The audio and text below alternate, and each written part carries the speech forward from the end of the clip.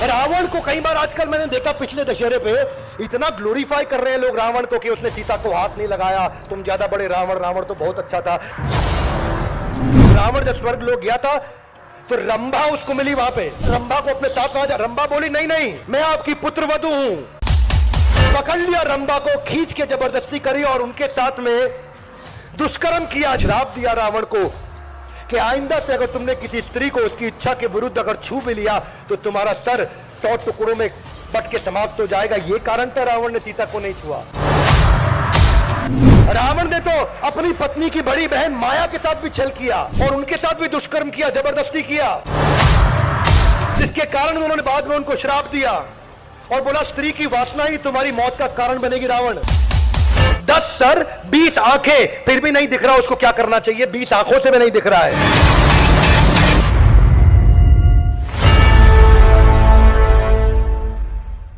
हरे कृष्णा। पिछले एपिसोड में हमने चर्चा किया फोकस के बारे में और इस बार चर्चा होगा कि जो फोकस नहीं करता उसकी जिंदगी में क्या होता है, क्या आउटकम निकल करके आता है। तो भोग ऐश्वर्य का क्या इंपैक्ट है, जरा मेरे पीछे श्लोक बोलिए एवरीबॉडी। भोग ऐश्वर्य प्रसक्ता नाम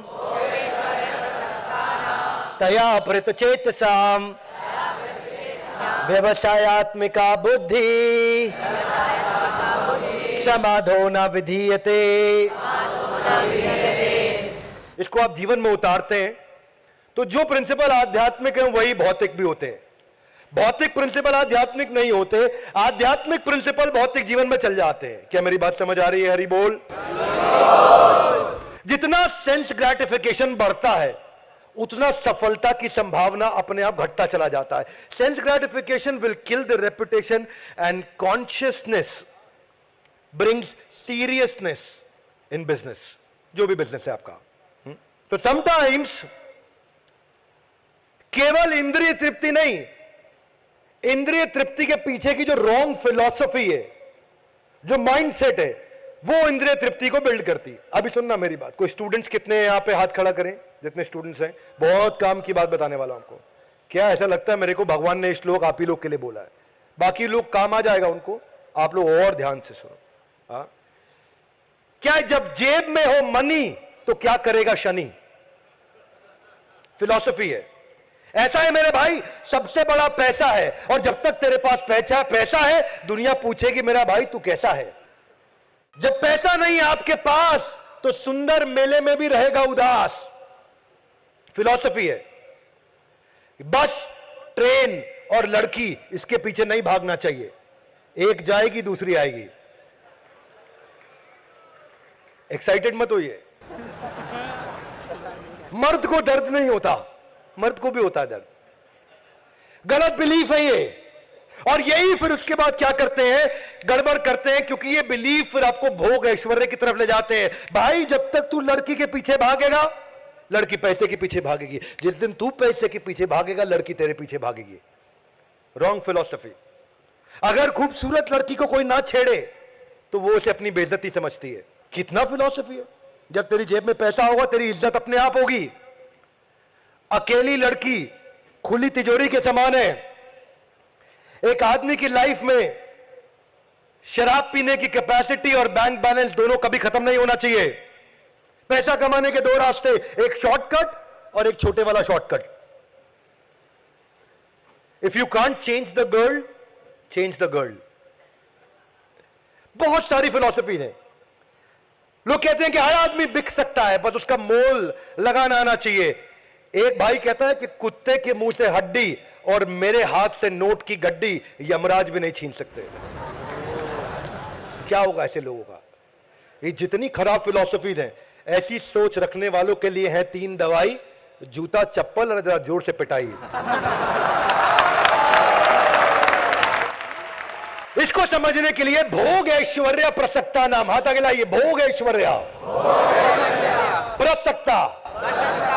प्रसक्ता मतलब विशेष अटैचमेंट, आसक्ति प्रसक्ता। प्रकृष्ट रूपेण आसक्ति मतलब इतना अटैच्ड है आदमी, इसको मजा करना है जिंदगी में। That is the difference between Rahul Bhatia and Vijay Mallya. Rahul Bhatia is the chairman of Indigo Airlines. Vijay Mallya used to be the chairman of Kingfisher the king of good times. क्या फर्क हुआ? जितनी भी एक्विजिशन करी विजय माल्या ने, वो सारी एक्विजिशन इस चक्कर में करी कि जिंदगी में मुझे और मजा दे सके।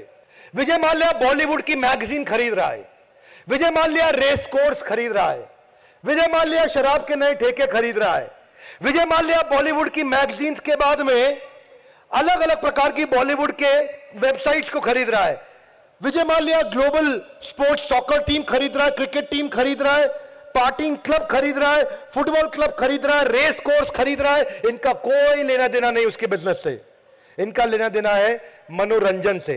पर भक्त जो गीता पढ़ता है उसका मनोमंजन होता है, और उस मनोरंजन में जो मनोरंजन है वो अपने आप जिंदगी भर भरा रहता है, कभी खाली नहीं होता। ऐसा आदमी को कहीं जाने की जरूरत नहीं पड़ती। Problem with Vijay Mallya was भोग ऐश्वर्य प्रसक्ता नाम तया अपहृत चेतसाम। चेतना डिस्टर्ब हो जाती है ऐसे आदमी की। समाधो न विधीयते, ऐसा आदमी समाधि में प्रवेश नहीं कर सकता। कैसा आदमी? जो भोग ऐश्वर्य प्रसक्ता नाम। कैप्टन गोपीनाथ बोले he is the victim of flamboyance. Economic Times ने बोला people love to hate Vijay Mallya. फर्क क्यों हुआ? क्योंकि विजय माल्या की किंगफिशर एयरलाइन 6000 करोड़ के लॉस में और लोन में चली गई, और वो सबसे मुश्किल धंधे के अंदर भी राहुल भाटिया 6000 करोड़ के लॉस में, ये 600 करोड़ के प्रॉफिट में नोट छाप रहे। फर्क क्या था? विजय माल्या की कंपनी में फीमेल मॉडल्स थी, इंडिगो एयरलाइंस में बिजनेस मॉडल था। फीमेल मॉडल नहीं चाहिए, बिजनेस मॉडल चाहिए। फर्क यही था कि ये मॉडल को बार बार चेंज करता रहा, लग्जरी से इकोनॉमी, इकोनॉमी से लग्जरी। वो एक स्टेबल मॉडल बिल्ड करता रहा, बिजनेस मॉडल। राहुल भाटिया एकमात्र highest profit making airlines company है भारतवर्ष की। जितनी बार आप मॉडल्स को चेंज करते हो उतनी बार स्टेबलाइज होने का मौका नहीं मिलता। इधर विजय माल्या मॉडल बार बार चेंज करता रहा। इन्होंने पहली लाइफ में एक ही एयरक्राफ्ट खरीदा, और उसके हर 6 हफ्ते बाद एक एयरक्राफ्ट, हर 6 हफ्ते बाद एक एयरक्राफ्ट, हर 6 हफ्ते बाद एक एयरक्राफ्ट अपने आप को स्टेबलाइज करते गए और लॉन्च करके बड़ा करते चले गए। ये फास्ट और केयरलेस थे, ये स्लो और एग्जीक्यूशन में एबल थे। इनका एग्रेसिव एक्सपेंशन था, इनका मेजर्ड एक्सपेंशन था। फर्क यही था। सांसद होने के कारण विजय माल्या को कर्जा आसानी से मिलता था। आसानी से लिए हुए कर्जे को ध्यान से नहीं खर्च किया। और ये सांसद नहीं थे, ये बोले बाजार से पैसा आसानी से नहीं मिलता, इसलिए बहुत ध्यान से खर्च करूंगा। ये कर्जे में डूबते चले गए। क्यों? क्योंकि इनके पास जो पैसा आता था उसको लगा देते थे स्विमवेयर मॉडल मैगजीन्स पे, कैलेंडर पे। ऐसे ऐसे कैलेंडर लॉन्च किए जहां पे लड़कियां स्विमिंग वेयर में घूमती हैं समुद्र के किनारे, और उसके बाद शराब की बोतल हाथ में लेकर के रात को 2 बजे लड़कियों का, फीमेल मॉडल्स का इंटरव्यू। भोग ऐश्वर्य प्रसक्ता नाम तया अपहृत चेतसाम। आप संसार में भी सफल नहीं होंगे, पढ़ाई में सफल नहीं हो सकते। प्रॉब्लम क्या है कि आपके माइंड में फोकस इसीलिए नहीं आता। भस्मासुर के बारे में सबने सुना, भगवान शिव की खूब तपस्या करी। अब भगवान शिव भी टेंशन में आ गए, इतनी तपस्या कर रहा। भगवान शिव आ गए, अवतार लिया, दर्शन दिया उसको। बोले क्या चाहिए? बोला ऐसा वरदान दो जिसके सर पे हाथ रखूं भस्म हो जाए। भगवान शिव को बोलना पड़ा तथास्तु। फिर ये भगवान शिव के पीछे भागे, अभी आप ही को भस्म करूंगा। क्या भोग ऐश्वर्य प्रसक्ता नाम तया अपहृत चेतसम। कैसे? एग्जाम्पल सुनना। भगवान शिव भाग करके गए किनके पास? अल्टीमेटली सबको उधर ही जाना, त्रिलोकीनाथ सर्वलोक महेश्वरम। भगवान श्री विष्णु के पास गए, बोले बचाओ मुझे। बोले क्या हुआ? बोले भस्मासुर को मैंने वरदान दिया, भी मुझे भस्म करने आ रहा है। भगवान ने बोला इजी है। बोले कैसे? मोहिनी रूप बनाया। मोहिनी रूप बन करके भगवान शिव से पहले भस्मासुर के आगे आ गई मोहिनी। वो इतना भोग ऐश्वर्य प्रसक्ता नाम तया अपहृत चेतसाम, इतना अचानक डिस्टर्ब हो गया मोहिनी को देख के कि उनको बोला है शिवजी को छोड़ो, तुम मुझसे विवाह कर लो। बोले ठीक है, मैं विवाह तो उसके साथ करूंगी जिसको डांस करना आता हो, नृत्य करना आता हो। बोला वो मुझे आता नहीं, सिखा दो। मोहिनी बोली सिखा दूंगी, और डांस में उसको लगा दिया। वो भी डांस करने लगा। भस्मासुर डांस करते करते अलग अलग स्टेप किए, और ऐसा पीछे हाथ रख के ऐसे ऐसे स्टेप किया। उसने भी ऐसे ऐसे किया, अपने ही सर पे हाथ रख लिया, भस्म हो गया। इसको बोलते हैं भोग ऐश्वर्य प्रसक्ता नाम। क्यों? उसको याद नहीं रहा। आदमी की मेमोरी उसी दिन समाप्त हो जाती है जिस दिन उसका भोग ऐश्वर्य में मन लगता है। इसीलिए मैं स्टूडेंट्स को हमेशा बोलता हूं कि जिंदगी में कुछ भी बनने का हो, सारी किताबों से पहले अपने हाथ में भगवत गीता रखना सफलता की है वो कुंजी जो दुनिया में और कोई नहीं दे सकती, क्योंकि पृथ्वी के इतिहास के पहले मोटिवेशनल स्पीकर भगवान कृष्ण थे।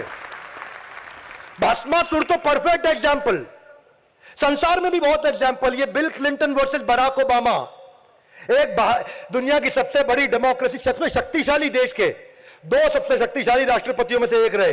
एक 42वां राष्ट्रपति, एक 44वां राष्ट्रपति अमेरिका का। वो 42वें थे बिल क्लिंटन, और ये भाई साहब 44वें थे बराक ओबामा। दोनों में जमीन आसमान का अंतर। दोनों ने बड़े बड़े डिसीजन लिए। दोनों 2 बार आए अमेरिका में। दोनों ने शराबी पिता और अपनी मां के साथ जिंदगी बिताई। दोनों में कई समानताएं थी, पर काम करने की शैली दोनों की बिल्कुल अलग थी। बिल क्लिंटन कांस्टेंट स्कैंडल्स में फंसे रहे, पौला जोन्स, मोनिका लेविंस्की, अलग अलग केसेस में फंसे। बराक ओबामा हर संडे चर्च जाते थे, इतने धार्मिक थे। बराक ओबामा लॉयल्टी और इंटेग्रिटी के लिए जाने जाते थे। ये बिल क्लिंटन के आने के टाइम पे फेडरल प्रिजनर्स और क्राइम डबल हो गया। बराक ओबामा के आने पे पिछले 30 साल में लोएस्ट हो गया। बिल क्लिंटन के टाइम पे चढ़ती हुई इकोनॉमी गिरती हुई निकल के गई। 2007 आते आते अगले राष्ट्रपति के हाथ में फेडरल बैंक के क्राइसिस हो गए, बैंकिंग क्राइसिस हो गए। और जब बराक ओबामा के हाथ में आया, 25 मिलियन नई जॉब क्रिएट करी, 30 साल में सबसे ज्यादा सफल राष्ट्रपति बने। ये फ्लैम्बॉयंस के लिए जाने जाते थे, वो इंटेग्रिटी के लिए जाने जाते थे। ये अपनी गलतियों के कारण और अपने आप को हीरो दिखाने के लिए जाने जाते थे। ये भारत, ये अमेरिका देश को हीरो बनाने के लिए जाने जाते थे। यही अंतर मुगल और मौर्य साम्राज्य में भी था। मुगल साम्राज्य की खास बात क्या थी कि ये कब किसको मार दे, अपने भाई को, अपने पिता को मालूम नहीं।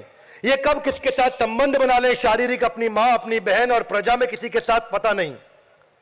मुगल साम्राज्य के अंदर कितने ऐसे केस निकल के आए जहां अपने ही बेटे को, अपने ही भाई को, अपने ही पिता को मरवा दिया गया। पर मौर्य डायनेस्टी चाणक्य पंडित की गाइडेंस में शुरू हुई थी। वहां पे इंद्रिय तृप्ति को हटा करके इंद्रियों को समाज की सेवा में लगाने के लिए बताया गया था। चाणक्य पंडित ने जहां गाइडेंस दिया वहां गेम चेंजर था। मौर्य डायनेस्टी ऐसी थी कि राम राज्य के बाद यह दूसरा ऐसा राज्य आया पूरे भारत के इतिहास में जहां प्रजा हमेशा सुखी रही है। राम राज्य के बाद यह दूसरा ऐसा राज्य आया जहां सबसे बड़ी सेना पिछले 2500 साल में आज तक कभी हुई है। राम राज्य के बाद यह दूसरा ऐसा राज्य आया जहां पे एडमिनिस्ट्रेशन और ऑपरेशन सबसे अच्छे रहे। पहली बार ब्यूरोक्रेसी इंट्रोड्यूस करी गई, पहली बार मिनिस्ट्रीज बनाई गई, पहली बार सेंट्रल टैक्स सिस्टम बनाया गया। राम राज्य के बाद यह दूसरी बार ऐसा हुआ था जब लोग बहुत खुश और प्रोग्रेस और इकोनॉमिक प्रॉस्पेरिटी कंटिन्यूसली बढ़ रही थी, क्योंकि यहां गाइडेंस चाणक्य पंडित की थी। मुगल साम्राज्य में भोग ऐश्वर्य, और यहां पे क्या है, समाधो। वहां न विधीयते, यहां परमानेंट समाधि थी। फर्क क्या है दोनों में डायनेस्टी में? जब अकबर ने बैटल ऑफ पानीपत खत्म किया तो जितने सर काटे, उन सर काट के उन सारे सरों को जोड़ करके एक मीनार बना दिया और सेलिब्रेट किया कि मैंने बैटल ऑफ पानीपत में इतने सर काटे, इतना बड़ा किला, इतनी बड़ी मीनार खड़ी कर दी। और नंदा डायनेस्टी को सम्राट खत्म करने के बाद जब मौर्य डायनेस्टी आई, चंद्रगुप्त मौर्य के ग्रैंडसन, उनके पोते कौन, सम्राट अशोक, जब उन्होंने बैटल ऑफ कालिंगा लड़ा तो उसके बाद इतने दुखी हो गए कि इतने लोगों को मारा कि उन्होंने बौद्ध धर्म ज्वाइन कर लिया और जाकर के माफी मांगी और बोला आज के बाद किसी को मरने नहीं देंगे। यह फर्क था मुगल और मौर्य सम्राट में।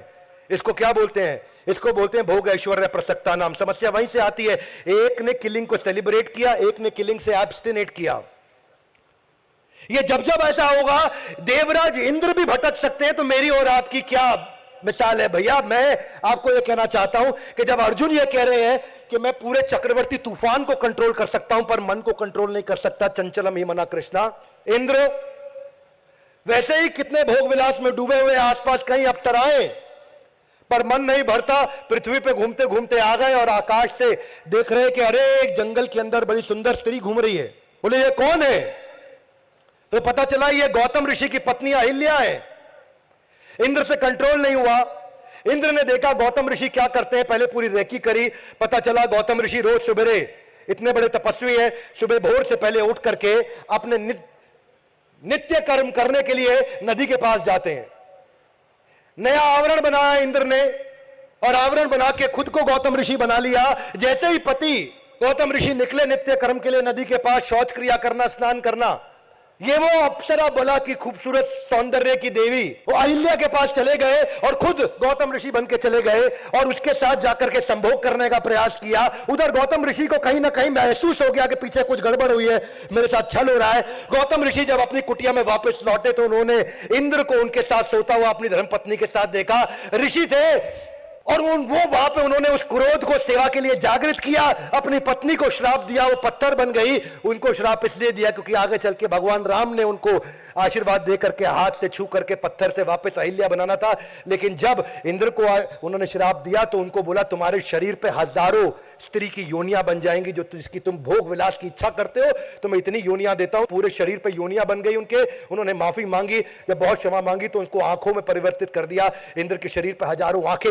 ये क्यों इंद्र जैसे इंटेलिजेंट व्यक्ति से भी हो जाता है और ये हमसे, मुझसे, आपसे, किसी से हो सकता है? भोग ऐश्वर्य प्रसक्ता नाम तया भृत चेतसाम समाधो ना विधीयते। ऐसा आदमी, समाधो मतलब हाथ आगे लाइए, कम ऑन, एक। ये जो समाधि हमने पिछले श्लोक में समझी थी, एक, आज उसी श्लोक का, क्योंकि भगवत गीता जो है वो कंटिन्यूएशन में एक के बाद एक चर्चा चल रही है, तो वो रिलेशन है पिछले वाले का इससे।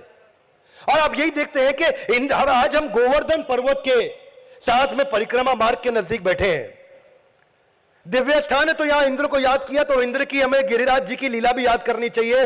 जब छोटे भगवान कृष्ण उन्होंने मना किया कि भाई इंद्र के पीछे मत भागो, गोवर्धन की पूजा करो, तो इंद्र को गुस्सा आ गया। इंद्र ने बोला कौन है ये बालक, बचाएगा तुम्हें गोवर्धन? बचा लेते हैं। भगवान कृष्ण ने गिरिराज जी को अपने हाथों पर उठाया। हम सबको वो लीला पता, लेकिन इंद्र इतना गुस्से में आ गए, ऐसी बारिश करी कि एक एक बूंद का वजन 100-100 हाथियों के बराबर। इतनी बारिश करी कि इंद्र थक गए, पर भगवान नीचे मुस्कुराते रहे। तब इंद्र को समझ में आया, अरे गड़बड़ हो गया। भोग ऐश्वर्य से सबसे बड़ा रिजल्ट यह है कि एक आदमी जिसकी कोई, एक समझो सरपंच है, वो भी अगर भोग ऐश्वर्य में पड़ जाता है तो प्रधानमंत्री के खिलाफ इलेक्शन में लड़ने की बात करने लगता है, भाई संभाल लेगा। इंद्र के साथ ऐसा ही हुआ। ऐसा नहीं होता कई बार लड़के लड़के आपस में ड्रिंक, भाई आज भाई गाड़ी चलाएगा, वैसा ही हो गया उनके साथ में। ये इंद्र कौन है भगवान के सामने, लेकिन भगवान से लड़ने पहुंच गया। हाथ आगे लाए, क्यों? भोग ऐश्वर्य प्रसक्ता नाम।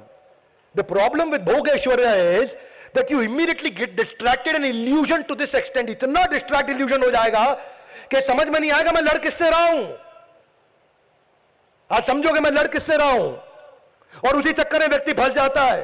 हुमायूं इतना भोग ऐश्वर्य में रहता था, इतना भोग ऐश्वर्य में रहता था कि मुगल डायनेस्टी में सबसे ज्यादा पॉपुलर था हुमायूं। उनके पिता बाबर फिर भी स्ट्रांग थे। उनकी मृत्यु के बाद जब हुमायूं आया तो परमानेंट मजा कर रहा था, आनंद ले रहा था। बहुत बड़ी सेना थी, 40,000 की सेना हुआ। शेरशाह सूरी आए, उनकी 15,000 की सेना। बस क्योंकि हुमायूं के पास लीडरशिप नहीं दिया, प्लानिंग नहीं किया, स्ट्रैटेजी नहीं बनाया, आपस में कम्युनिकेशन नहीं रखा, टीम्स के साथ रिलेशनशिप नहीं बनाया, वॉर की प्रैक्टिस नहीं करी, इसलिए 15,000 की सेना ने 40,000 को तुरंत बर्बाद करके उखाड़ के समाप्त कर दिया। इसका कारण क्या है? भोग ऐश्वर्य प्रसक्ता नाम।